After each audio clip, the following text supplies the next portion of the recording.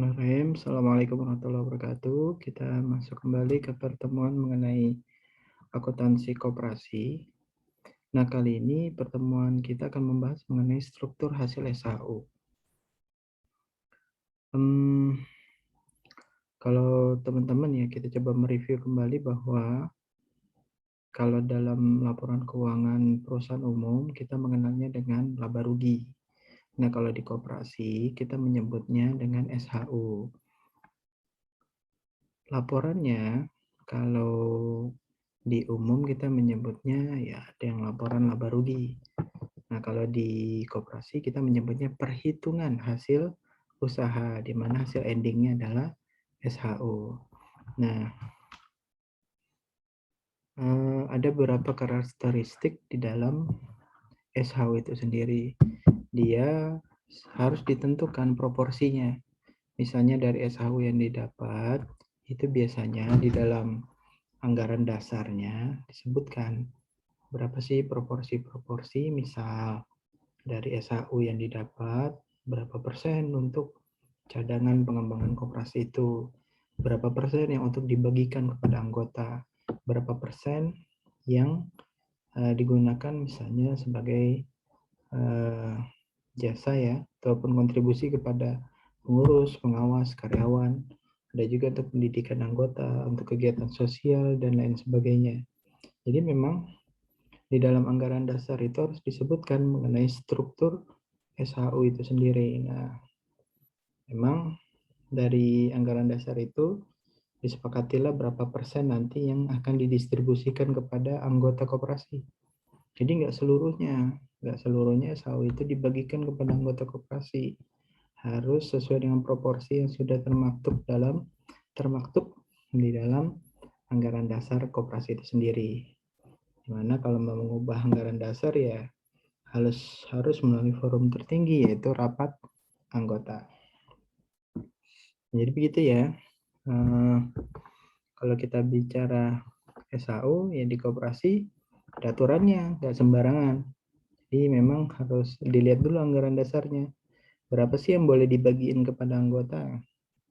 Nah, teman, kita coba lihat di slide pertemuan kita. Nah, di dalam perhitungan SHU yang akan kita bahas kali ini, kita akan poin-poinnya adalah pertama adalah pengertian dari SHU itu sendiri, lalu informasi-informasi dasar dalam SHU, rumus pembagian SHU, lalu prinsip-prinsip pembagian SHU yang memang harus diketahui. Yang kelima adalah pembagian SHU per anggota. Nah,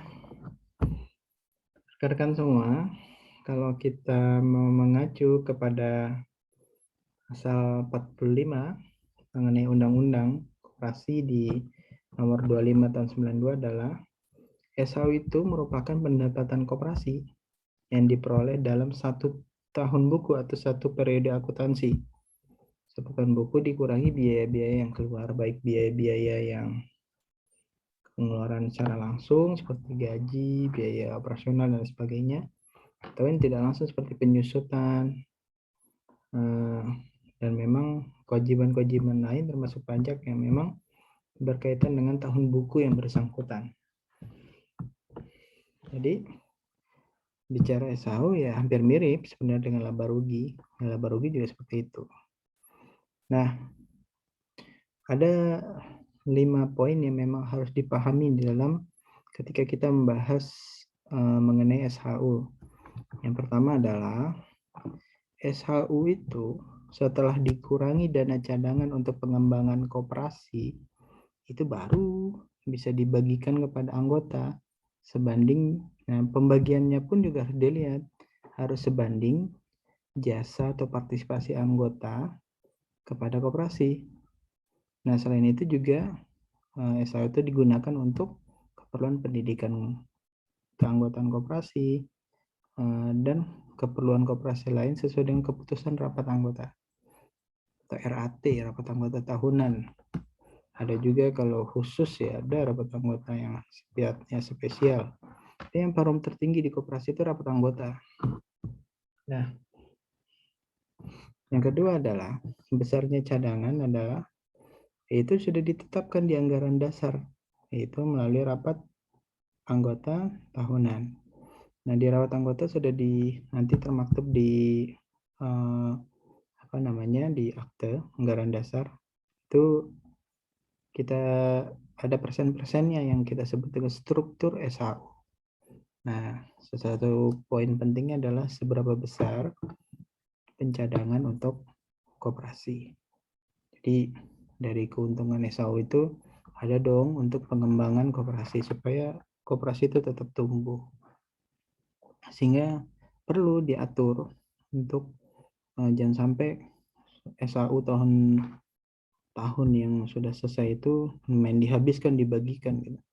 Tidak ada disisihkan untuk pengembangan koperasi supaya kebermanfaatan koperasi itu akan terus bertambah dengan seiringnya penambahan cadangan SHU tersebut untuk pengembangan koperasi. Nah, besarnya pembagian kepada para anggota dan jenis serta jumlahnya ditetapkan juga pada rapat anggota sesuai dengan ADRT. Ya. Jadi dari misalnya 40% untuk cadangan. Nah, untuk anggota juga nanti ditentukan berapa persen sih dari total SHU yang boleh dibagi-bagi gitu. Misalnya 40% juga gitu bisa. Nah, yang keempat, besarnya SHU yang diterima oleh setiap anggota itu pasti berbeda karena di situ ada partisipasi modal dia. Berapa sih besaran simpanan pokok dia? Berapa sih besaran simpanan wajib dia dan simpanan lainnya? Yang lalu yang berbeda pula adalah tingkat keaktifan partisipasi anggota. Ada saja anggota yang cuma nyimpan simpanan pokok simpanan wajib tapi dia tidak aktif berpartisipasi, misalnya belanja di tokonya koperasi atau simpan pinjam koperasi, dia tidak. Sedangkan satu sisi ada anggota yang sangat aktif. Nah, itu kan harusnya benefit yang diterima anggota koperasi yang aktif itu berbeda dengan benefit yang diterima anggota koperasi yang pasif. Nah, semakin besar, yang kelima, semakin besar transaksi anggota dengan koperasinya, maka harusnya yang diterima oleh anggota tersebut ya harusnya lebih besar karena dia lebih aktif. Jangan sampai antara anggota yang pasif dengan anggota yang aktif itu mendapatkan secara proporsi ya sama gitu. Padahal harusnya dibedakan supaya ada motivasi untuk anggota mensejahterakan koperasi itu sendiri. Kan prinsipnya koperasi itu adalah dari anggota untuk anggota sebenarnya, sehingga jangan sampai benefit untuk anggota itu tidak dimanfaatkan oleh anggota itu sendiri, di mana saling menguntungkan di dalamnya. Ketika anggota aktif pun dapat benefit, koperasi pun juga semakin mendapatkan benefitnya. Nah, begitu ya mengenai pengertian SHU. Nah, selanjutnya adalah informasi dasar dalam SHU koperasi ini yang perlu teman-teman ketahui bahwa SHU itu dihitung berdasarkan tahun buku atau satu periode akuntansi. Lazimnya ya misalnya 2021. Ya udah, memang periode dari Januari sampai Desember 2021 tahun berjalan. Nah, itu lazimnya seperti itu. Lalu nanti kita akan mengenal juga bagian atau persentase SHU untuk dibagikan kepada anggota berapa persen. Terus tentukan tiap koperasi ya bisa jadi berbeda dikarenakan memang ranahnya itu ranah rapat anggota koperasi tersebut, sehingga nanti akan dicatatkan di dalam anggaran dasar koperasi itu berapa sih yang buat cadangan, berapa persen yang buat dibagikan ke anggota. Lalu yang ketiga, jika benefit itu dibagikan berdasarkan modalnya anggota, maka penting juga nanti teman-teman yang terlibat dalam koperasi nanti harus menghitung total simpanan seluruh anggota berapa gitu.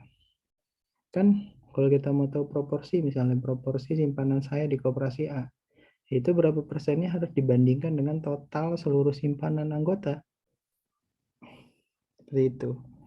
Yang keempat, total seluruh transaksi dari anggota ya, yang bersumber dari anggota dibandingkan dengan total seluruh transaksi di koperasi keseluruhannya. Berapa persen sih sebenarnya kontribusi kita gitu terhadap transaksi-transaksi yang ada di koperasi. Lalu yang kelima adalah jumlah simpanan per anggota. Ini harus ada nih listnya nih.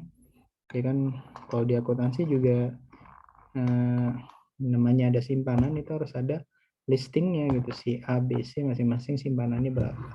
Total sama nggak dengan yang ada di laporan keuangan seperti itu. Lalu transaksi-transaksi atau volume usaha per anggotanya. Saya berapa sih sebenarnya gitu. Di poin 4 kan tadi keseluruhannya yang bersumber dari anggota. Nah, di poin 6 ini per orangnya harus ada. Jadi memang sistemnya harus bagus nih kalau koperasi.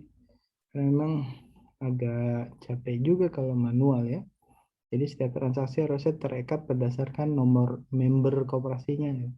Tiap ada transaksi langsung tuh otomatis tercatat. Yang ketujuh adalah bagian SAU untuk simpanan anggota. Yang kedelapan adalah bagian SAU untuk transaksi usaha anggota. Jadi begini terkait nomor 7 dan 8. Idealnya misalnya jatah buat dibagikan ke anggota tuh 40%. Dari 40% itu idealnya bisa ada ketentuan berapa persen yang untuk dibagikan kepada anggota tapi basisnya simpanan anggota. Lalu yang kedua adalah berapa persen dari 40% tadi yang memang dibagikan kepada anggota tapi basisnya adalah transaksi usaha anggota. Misalnya 50-50 Pak, ya udah berarti dari 40% kan 50% ya 20%, berarti 20% nanti untuk dibagikan secara proporsional berdasarkan simpanan anggota. Lalu selanjutnya 8 adalah 20%-nya dibagikan kepada anggota berdasarkan proporsional ya, berdasarkan transaksi usaha per orang. Seperti itu mengenai informasi dasar SAU koperasi. Oke, bisa dipahami ya. Nah, selanjutnya nih pengenalan saja istilah-istilah kalau khawatir bingung bagi yang bingung saja. Ini SAU total ya, SAU laba rugi ya, mungkin familiar dengan istilah laba rugi yang terdapat pada neraca atau laporan laba rugi koperasi setelah pajak. Nah, yang kedua, istilah-istilah yang mungkin supaya familiar adalah transaksi anggota kegiatan ekonomi, jual beli barang atau jasa. Jasa ini kan ada juga koperasi simpan pinjam antara anggota terhadap koperasinya. Yang ketiga adalah partisipasi modal. Berapa sih total simpanan pokok, wajib, dan simpan-simpanan lainnya ya di koperasi? Itu kan harus ada listnya, harus terhitung. Lalu volume usaha total penjualan dari koperasi dalam suatu periode tahun buku yang bersangkutan. Lalu, nah ini yang tadi yang saya sempat bahas panjang lebar, bagian ya persentase SAU untuk basisnya dari simpanan anggotanya. Nah, yang terakhir adalah persentase SAU yang basisnya adalah transaksi usaha. Jadi saya ulangi lagi, ketika dinyatakan 40% untuk dibagikan kepada anggota. Nah, 40% itu harus ditentukan lagi berapa persen tuh proporsinya untuk yang dibagikan berdasarkan simpanan anggota. Berapa persen yang berdasarkan transaksi anggota. Itu harus ditentukan. Nah, apa sih rumus pembagian SAU? Nah, pembagian SAU kepada anggota dilakukan tidak semata-mata berdasarkan modal yang dimiliki dalam koperasi, tetapi juga berdasarkan perimbangan jasa usaha anggota terhadap koperasi. Nah, ini perwujudan dari kekeluargaan dan keadilan. Seperti yang saya bilang, anggota pasif sama anggota aktif, misalnya punya simpanan yang sama, tapi hasilnya juga sama, padahal satu aktif, yang satu pasif. Nah, ini tidak adil ya. Nah, itu akan rusak kekeluargaan karena ketidakadilan. Nah, di dalam ADRT koperasinya di kotak 2 nih, Ini contoh ya, struktur SHU tersebut adalah misalnya cadangan koperasi 40%, untuk anggota yang dibagikan kepada anggota 40% juga, untuk pengurus 5%, karyawan 5%, pendidikan 5%, sosial 5%, dan pembangunan lingkungan 5%. Ini contoh yang saya sebut dengan struktur SHU. Ini biasanya persen-persen ini ada termuat di dalam anggaran dasar koperasi, sehingga dalam penentuannya memang harus ada acuannya. Nah, dalam kata ketiga bisa dilihat, tidak semua komponen di atas itu harus diadopsi dalam membagi SHU. Tergantung keputusan anggota, makanya setiap koperasi bisa beda-beda. Nah, rumusnya di kotak paling bawah adalah SHU anggota itu jasa usaha anggota ditambah jasa modal anggota. Apa maksudnya? Ya, SHU itu buat anggota perorangan itu dihitung dari partisipasi usaha, partisipasi anggota yaitu jasa usaha anggota. Jadi apakah dia transaksi dengan koperasi gitu, belanja di koperasi, simpan pinjam di koperasi, pembiayaan di koperasi atau pinjam ya di koperasi. Nah, yang JMA, jasa modal anggota itu sebuah SHU yang dibagi basisnya adalah besaran simpanan kita di koperasi, baik simpanan pokok, wajib, dan sebagainya. Nah, itu ya dalam rumus pembagian SHU. Selanjutnya, prinsip pembagian SHU koperasi. SHU yang dibagi adalah yang bersumber dari anggota. Jangan sampai seluruh SHU dibagikan. Yang untuk dibagi-bagikan yang harus dibagi itu, yang persentasenya sudah ditentukan. Selanjutnya, SHU anggota adalah jasa dari modal dan transaksi usaha yang dilakukan anggota sendiri. Jadi SHU anggota itu nanti yang dibagikan itu dibagi dua berdasarkan simpanan dia di koperasi. Yang kedua adalah partisipasi jual beli ya transaksi usaha lah ke koperasi. Yang ketiga adalah pembagian SHU tuh hitungannya harus transparan. Makanya nanti ketika di rapat anggota tahunan koperasi RAT, ya dasar perhitungannya berapa total SHU-nya, berapa persen yang dibagikan kepada anggota, baik berdasarkan modal atau simpanan, baik berdasarkan partisipasi atau transaksi usaha. Nah, itu transparan hitungannya. Yang keempat, ya SHU dibayar secara tunai. Tapi kalau ditanggung-tanggung marah mereka. Seperti itu. Yang ditanggung-tanggung maksudnya ya. Nah, ini rumus ya. SHU sama dengan jasa usaha anggota dan jasa modal anggota. Nanti teman-teman mengenal istilah VI, volume usaha anggota, lalu UK, usaha koperasi ya, volume usaha total koperasi. Jadi kalau VA, misalnya total transaksi anggota A, dibandingkan nanti dengan volume usaha total koperasi. Nah, kalau SA, simpanan anggota A, misalnya saya, dibandingkan dengan total modal koperasi, simpanan anggota total. Itu ya. Nah, ini contoh ya. Bila SHU bagian anggota menurut ADART koperasi A adalah 40% dari total SHU, dan rapat anggota menetapkan bahwa SHU bagian anggota tersebut dibagi menurut jasa modal dan jasa usaha, JUA dan JMA. Dengan pembagian jasa usaha antara anggota sebesar 70% dan modal 30%. Ini yang tadi saya tekankan nih. Jatah dari total keseluruhan SHU 40%-nya. Nah, ini saya gerakan kursor saya. 40%-nya itu untuk dibagikan kepada anggota. Nah, dari 40% itu ada ketentuan berapa. Nah, kalau di sini contohnya adalah 70%-nya dari 40% tadi adalah untuk dibagikan berdasarkan partisipasi anggota dari sisi transaksi usahanya. Nah, yang 30%-nya dibagikan ke anggota dari 40% itu berdasarkan simpanan dia di koperasi. Nah, kita lihat nih, jika JUA tadi yang 70% dari 40 SAU koperasi, maka berarti yang berdasarkan JUA itu nanti jatahnya 28% dari total SAU koperasi. Kalau hasil modal tadi 30% dari 40%, maka total SAU koperasi itu sebesar 12% dari total SAU koperasi yang dibagikan kepada anggota, tapi basisnya adalah simpanan dia di koperasi. Jadi dari 40% tadi yang dibagikan, 28%-nya berdasarkan transaksi, lalu 12%-nya berdasarkan simpanan dia di koperasi. Total berapa? 40%. Itu. Nah, ini saya coba ulang-ulang ini ya. Nanti akan ada contoh soalnya. Akan terulang lagi.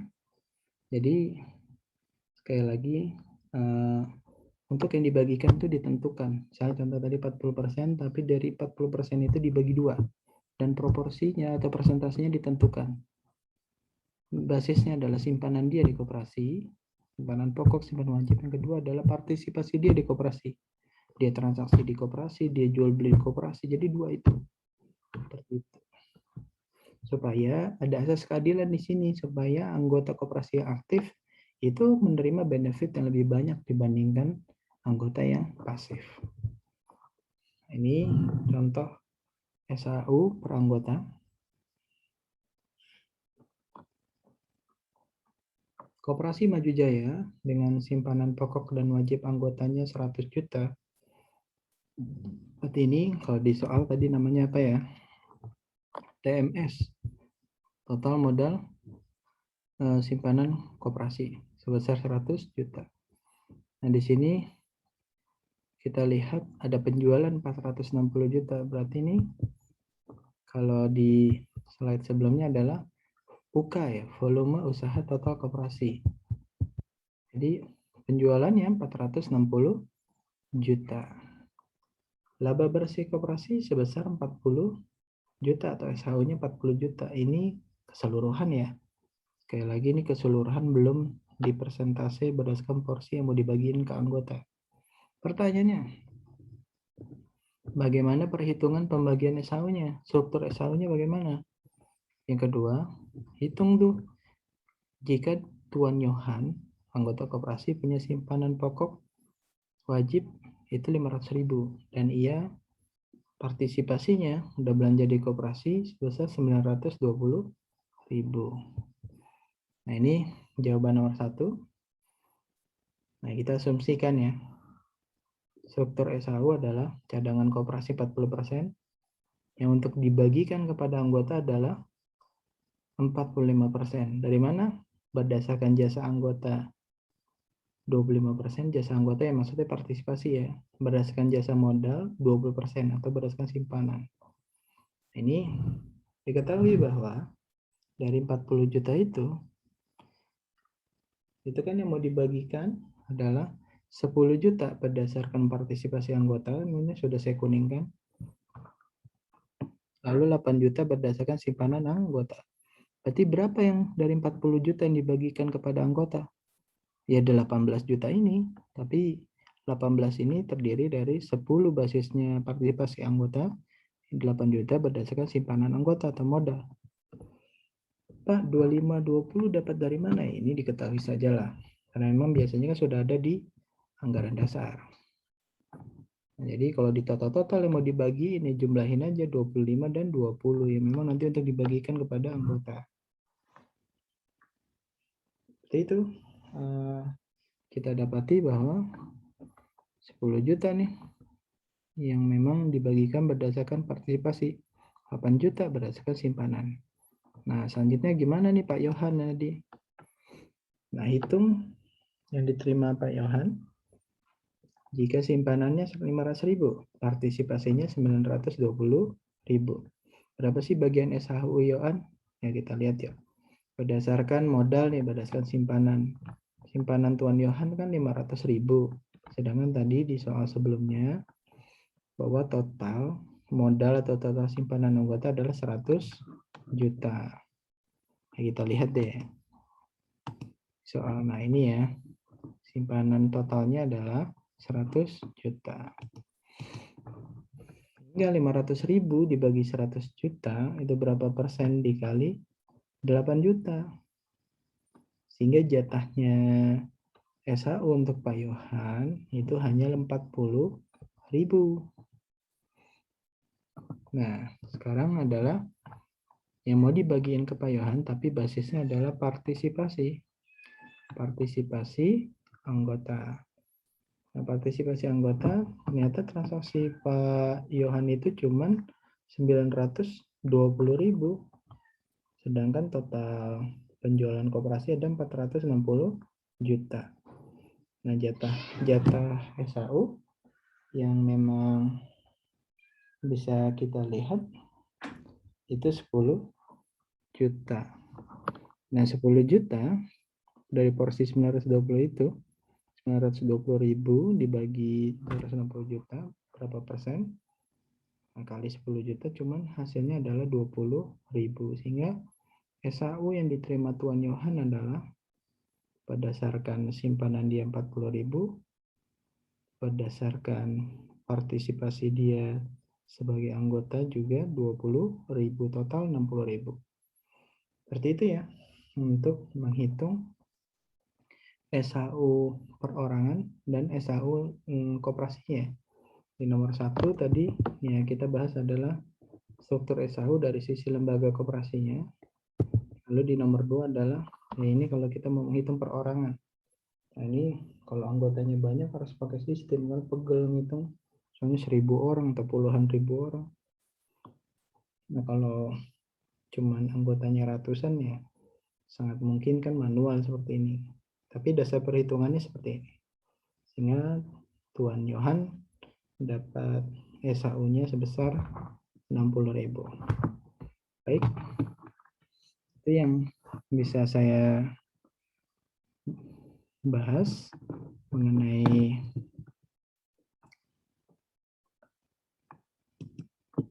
SHU ya. Semoga bisa bermanfaat